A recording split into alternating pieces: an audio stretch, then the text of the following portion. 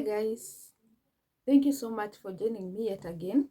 So someone asked me to comment on long distance relationships, and I actually thought that I should do a video on the same, and I've not written anything anywhere. I just want us to have this candid, free flowing conversation regarding this type of relationships that are quite common nowadays. So here is my view.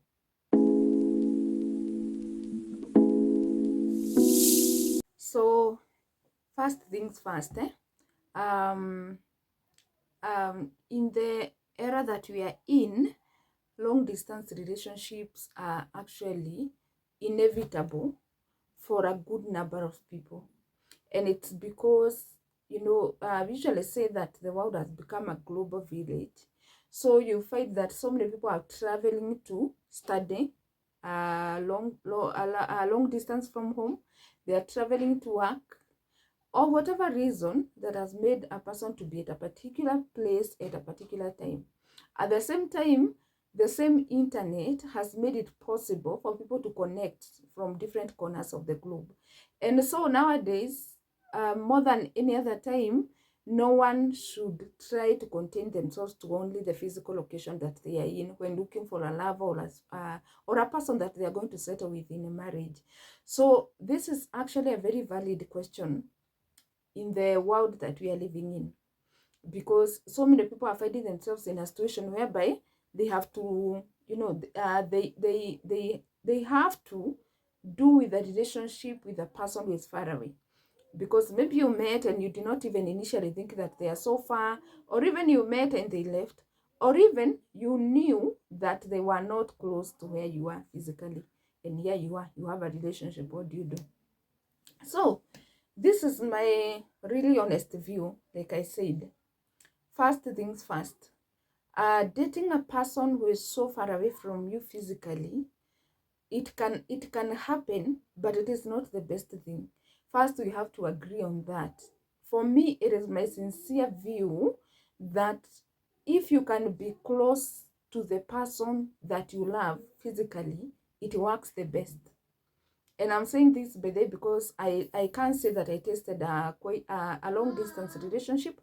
We were both in Kenya with my current husband, but I was in school in Joro, Nakuru, and he was in Muranga. So it was quite a long distance between us, and we could not meet as physically as often as we wanted.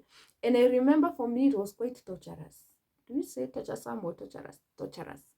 I found it quite torturous because you miss this person, you love them, you want to be with them. And in those days, there were no video calls. Nowadays, you can speak with a person on video and at least you get quite comforted. You feel like you have talked with them, one-on-one or physically. So there were no video calls. And I actually remember at some point, Safaricom came up with something that I will never forget because it was so instrumental to our relationship. Safaricom came up with something they would call Beya Campo. As long as you are within the perimeters of a campus in Kenya, and I guess at the time they were not as many as they are today. So it was only these big ones, KU, Egerton, University of Nairobi. They were just the major ones, I guess so, because nowadays there are quite many. So as long as you are within the perimeters of the school, you would talk at as low as 0.85 cents, 0.85 shillings or 85 cents. And for us, that was so cheap because at the time, kindly I have to remove this, because at the time, calls were still quite costly. It's not like today. I think they have gone low key, and you can actually even use WhatsApp audio call anyway. So at the time, it was such a huge relief. And I remember we used to talk with my husband for countless hours at night. And it would suffice, but it was not enough. I honestly wished that we could see each other maybe every weekend, to say the least, but it was never possible. We would go for months, by the way, without meeting because of some of the circumstances that we were in at the time, and it was not easy. In fact, I'm going to tell you why, why I honestly think it's not the best arrangement if you can avoid it. But if you find yourself there, now, what are some of the things that you should pay attention to? Number one, you have to make very conscious effort to communicate. I mean, it is the next best way to connect with the person. You can't see each other, you can't meet physically. So the only way you can remain in touch is through communication. And for me, I honestly would advise on a call daily and a video call for that matter. Nowadays, we are not just doing audio calls, we have video calls. So I would insist, or I would advocate for a call daily. Do a call daily, a video call daily for that matter, so that you can bring each other to speed with how the day was, check out on each other, tell each other all those sweet, good, sweet, I don't know what to call them, sweet nothings for this purpose, sweet, good things, you know. Tell each other those, have fun, laugh with each other, just connect, you know, have a vibrant connection with the person, because that is the only way that you can compliment, I hope I put it right, compliment, or at least make up for the long distance between the two of you. So make sure you call each other daily. That can help keep it.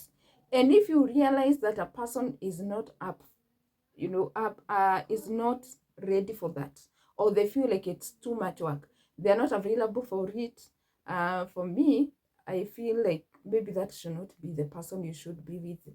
Because if a person really loves you and they really want the relationship to work honestly, they can spare, even if it is just 5 minutes out of 24 hours, to catch up with you. So if someone is not ready for that, what do we say? Maybe he's not ready for the relationship in the first place. So number two, so keep constant communication. Number two, there has to be a high level of openness and transparency. And I know this is actually a requirement for all relationships, but this is specifically, it is especially important for long distance relationships. You cannot afford to appear like you're keeping certain secrets from your lover when you're living, you know, so long, so far from each other. If you do that, you are going to raise a lot of suspicion. And you know, honestly speaking, for the person, for you to have a person that you love who is so far away from you, it is already a risk. There is already a risk that they may be having another person who is, you know, who is attending to them when you're not there. So for you to find that there is something that they're actually keeping from you, it can be very damaging. So my next piece of advice would be, make sure that you maintain a high level of openness. Don't entertain secrets. So just be open with the person, just be free with them, just share with them what they need to know, because I'm telling you, a long distance relationship can only be founded on trustworthiness, can only be founded on faithfulness. And actually I would comfortably say this is what helped us, me and my husband. We were very faithful to each other. At no time did he raise suspicions on me. And also, I never doubted him. And actually, I remember one of my friends, my campus mates at the time, who is also my friend actually to date, she once asked me, Jennifer, how are you able to trust this man? And my husband, by the at the time, was teaching in a girls' school. How do you trust a man who teaches so many girls, you know, has access to so many girls, and of course, other women even out there? And I remember telling her, I don't know how, but I just trust him. He had never given me a reason to doubt him in a way. That is what I'm saying in short. And I also had never given him um, a reason to doubt me in any way. So the relationship was actually founded on trust and faithfulness and communication. We used to talk a lot. We used to talk a lot. And then the next moment there is an opportunity to meet, we would meet. And I remember like one time we came for a trip in Nairobi, from Nakuru to Nairobi, and I made sure that I met him, because now Nairobi is closer to Murang'a than Nakuru. So we made sure that we meet. So every opportunity, when we are opening, starting the semester, closing the semester, the slightest opportunity we would meet. That is how we would go about it. So no secrecy, a lot of transparency. That can also help keep the relationship. The other factor, the other thing that I would what? The other thing that I would advise on for a long distance relationship is get out of that arrangement as soon as possible. I hope I'm not repeating myself. Get out of that kind of an arrangement as soon as you can. So if you met the person online and they are working outside the country, for instance, and you start off the relationship, the soonest you can be able to come together, either they come to you, let us say that you are working outside Kenya, either they come to you in Kenya or you go to them wherever they are, the better. And I know sometimes maybe you are working outside the country and maybe the person is working in Kenya and you already know who goes to the other. How is this going to work? But again, if at all you love each other honestly, there is no way that you are going to keep your relationship long distance for longer than necessary. You are actually ready to make sacrifices. One of you can be ready to make sacrifices. They can start up something or you facilitate the other. If for instance you're in Kenya and then you are a man in Kenya and you're falling in love with a girl in the UK, for instance, they can bring you to the UK and you get something to do there. Or you bring them to Kenya, the better actually, and then they start off something here. If at all you're interested in living with each other, that is a sacrifice that you should be ready to make. That is my honest view. Like, jump out of that arrangement as soon as you can. And by the way, if the relationship is started off online, like you have met online, you have never met physically, my advice is also that make sure that you meet physically the soonest possible. Even if you are going to go back to wherever you work, for instance, make sure that you meet soon enough. It really helps, because we all know that you may not know a person properly just via, like now you can't say, can you really say that you know me just because you're seeing me here and we are talking? No, there is so much that you can find out regarding a person. There is so much that you can find regarding a person when you meet them one-on-one. And that is what I mean. Like, make sure you people meet the soonest possible. And by the way, this actually reminds me, back in campus, um, I don't know if she's going to watch this, but even if she watches, it's okay. Back in campus, there is this girl whom we were friends at the time, and she met a guy online. I was in Egerton Joro, and she met a guy from University of Nairobi. And they met, I guess, on Facebook. And I think they were planning to start off something, a relationship, I guess. And then they arranged that the guy comes to Joro one weekend to visit the girl.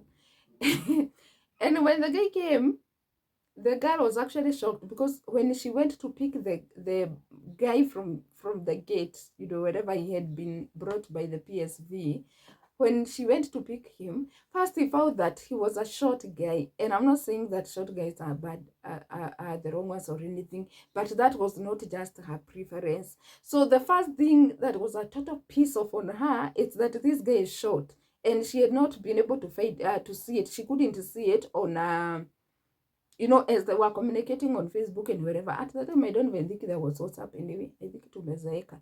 So here is the guy. And then this friend of mine realizes that the guy is short, and she never liked short guys. And I remember, she told me that she is going to pick the guy from the gate. And when I later called her and asked her, "Have you picked him?" Because I was so eager to hear how it went. Because personally, I was not going to sign up for that whatsoever. There is no way I was going to meet someone online and just assume that you can go anywhere with them. So I called her and asked her, how did it go? And then I remember she laughed, and I was wondering, why are you laughing? Why are you laughing? I just asked you a simple question. How is the guy? I was supposing actually that they're together in the hostels. And she told me, "Jennifer, let me tell you, I went and found the guy is allow me not to use that. There is a name she used to use for for men who are short." And I think I should actually remind her of this. It's quite funny. She told me, the guy is actually XXX. And she told me, actually, from the gate to the hostel, I've come hiding. Like, I could not walk with the guy. I didn't want to be seen with him. And so it was a total piece off at the onset. And even though they came to the hostel, and actually, by the time I was calling her and I was imagining the good time they are having in the hostel or anything, she told me, I have actually already seen him off. So I guess he came to the hostel and immediately, this girl made sure that he has left. And when I remember that incident, it just reminds me of how it's not easy to find out every key component of what you're looking for in a person by just meeting online. You need to meet physically soon enough. Plus, also, there is so much else that you need to learn about a person before you start dating or before you proceed with the dating process. You can start dating, but before you get to a place where you are marrying each other, you need to know them way much more. You need to know their family. You need to see them interact with other people and know what kind of a person they are. Because, like, we know narcissists, they will treat you so well when you are dating, but in the meantime, they are treating other people. You can find them roughing up other people. Yeah. So usually, so they are not usually consistent, so they can be love bombing you, but you find them roughing up waiters, roughing up the soldier at the gate, roughing up people on the road. So where will you find that? If all you do is meet like the way we are meeting right now. So make sure that you meet really, really soon. Make sure that you meet really soon, because the longer you wait, the higher the chances that you get surprises that you will not like, and you'll have wasted your time. So I don't know whether that makes sense. So again, let me give you a recap. First, it's not the best kind of arrangement.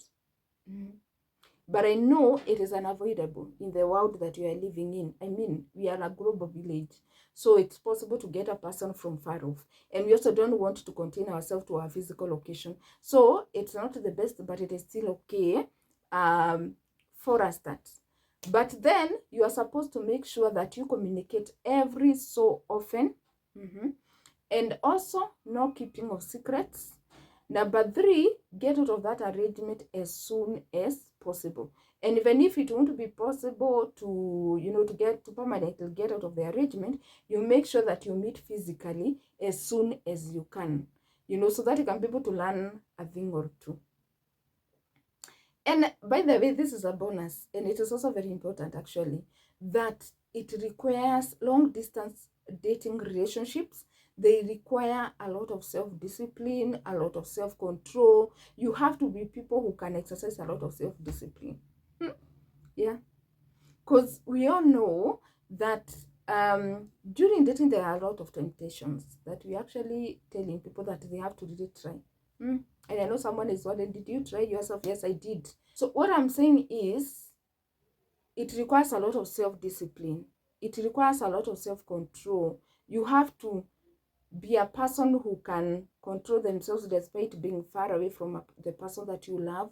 You have to be a person, you don't need the person to monitor you, because they can't anyway, unless they try the digital spying, which will not augur well. So, and you actually don't even want to give the person a reason to doubt you. So you have to be a person who can be trusted, even from what just a person sees on the surface. They can see this is a person who is, you can say that this is a person who is inside out. Like, you can see you can see anything, you can see them through. I think that is how we put it.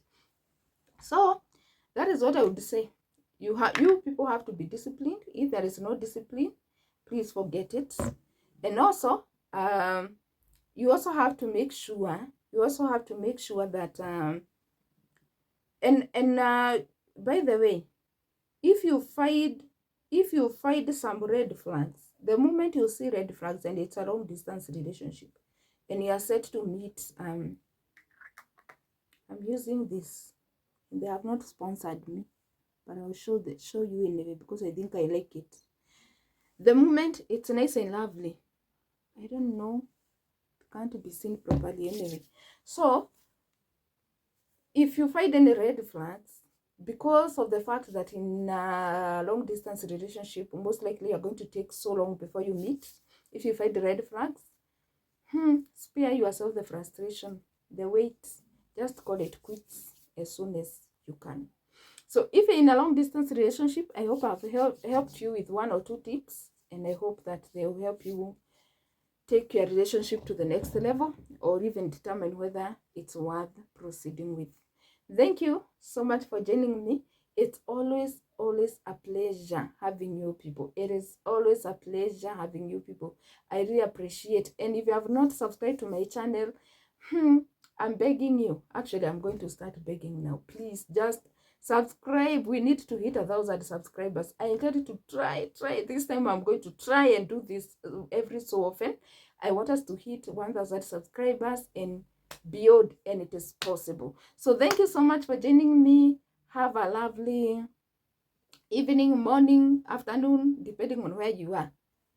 Nakupenda tu bure. And by the way, if you want to have an online session with me, I'm a therapist. By the way, I'm a certified therapist. So make sure that you contact me on this number that is passing here. I do online sessions via video, via phone call, via chat also.